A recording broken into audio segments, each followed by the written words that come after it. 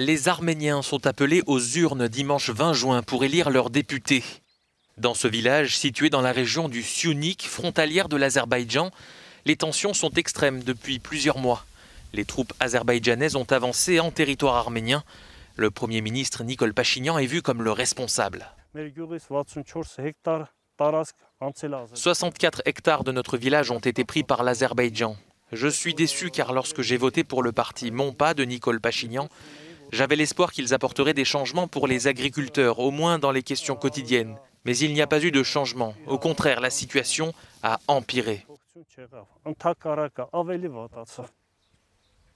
Conséquence de la guerre de 2020 dans le Haut-Karabakh, des territoires ont été cédés à l'Azerbaïdjan. La frontière qui sépare les deux pays n'a donc pas de délimitation officielle.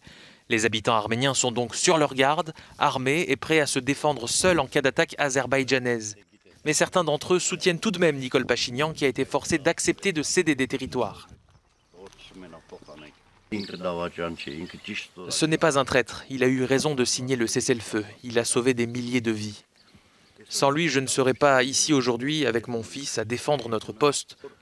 Notre nation arménienne va renaître après la réélection de Pachinian.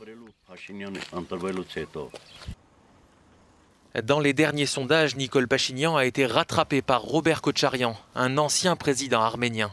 Les deux têtes de liste sont désormais face à face et ont pris le large devant la vingtaine de candidats déclarés. Dans le sud de l'Arménie, la situation reste instable. 1 millier de soldats azerbaïdjanais occupent une partie du territoire. 3 ans après que la révolution de velours l'ait porté au pouvoir, Nikol Pachinian est confronté à des défis plus nombreux que jamais. Ici, dans le Syunik, comme dans le reste de l'Arménie, la délimitation des frontières sera le facteur décisif pour les électeurs lors des élections du 20 juin. Astrid Gagopian, Euronews.